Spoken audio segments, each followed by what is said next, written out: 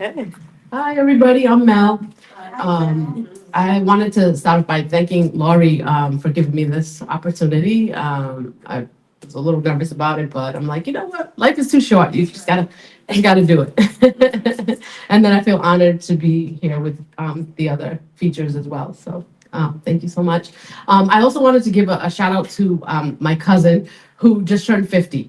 So it's the big 50. Her name is Laura. I also wrote a poem years ago for her that I'll be reading from my books, from my little journals, not book. I don't have a book yet, but that's the goal eventually.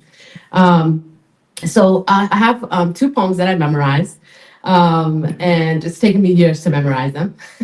They're not that long, so just kind of tells you where I'm at. So this one is called Artistic Soul.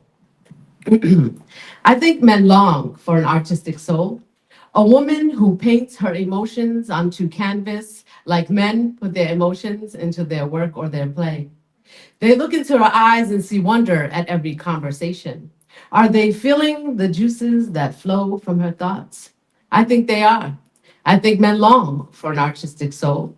The way she walks with confidence in her difference is vague to other women, yet she continues to swim in the oceans of love, swim in the oceans of life, and swim in the oceans of dreams. I think men long for an artistic soul.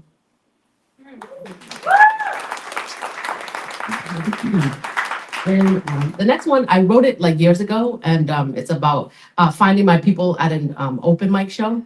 But I really feel like now that I've been involved with Pawtucket Poetry, that this is really the poem that that signifies like the depth of finding my people at an open mic show. So it starts off with, last night I found my people at an open mic show, expressing, creating, and freeing themselves from the tight grip of life.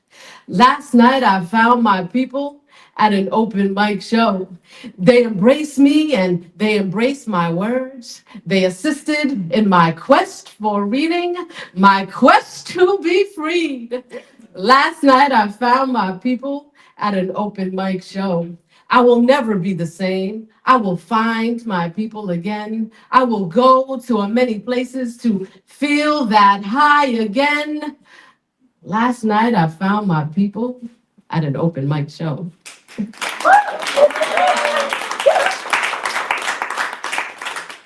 So this is something new that I wrote. I haven't memorized yet. It's probably going to take me a few years, but it's something new, and it was inspired by conversation pieces, and so that's what it's called. I love conversation pieces. It could be her pretty wooden earrings or his bow tie made of kente cloth. It could be the lamp sitting on your desk or the wreath hanging on your door to say welcome. I love conversation pieces. Um, like your water bottle or your vintage brooch. What about those dishes and the flower detail on them?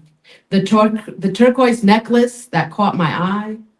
Oh, and the tattoos I've conversed about. So many. Why did you get that one? I love conversation pieces.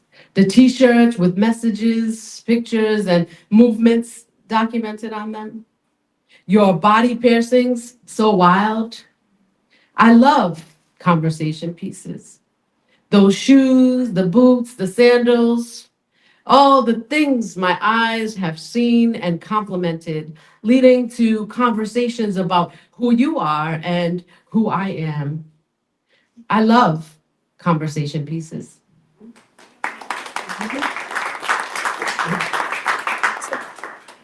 Let's see. So this is another one that I wrote. I kind of been inspired lately. I wrote it recently, and it's called "I'm Not Your Average." I'm not your average, regular, typical, normal, common, usual, standard, or an ordinary woman. So when they look at me or stare at me, I already know that I struck a chord. Her hair is so short and the grays are everywhere. She wears jewelry of wood and shares her poetry with strangers. Yeah, I'm not your average, regular, typical, normal, common, usual, standard, or an ordinary woman. And I don't want to be. And I don't ever plan on being that. I like standing out and I like being me. Ask me about who I am and I'll tell you.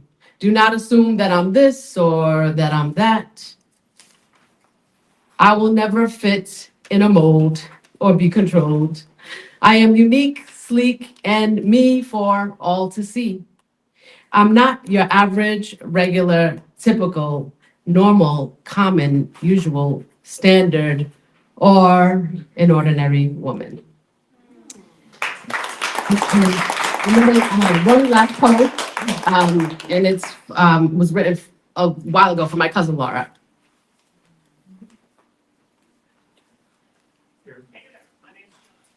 All right, and let's see if I bookmark this.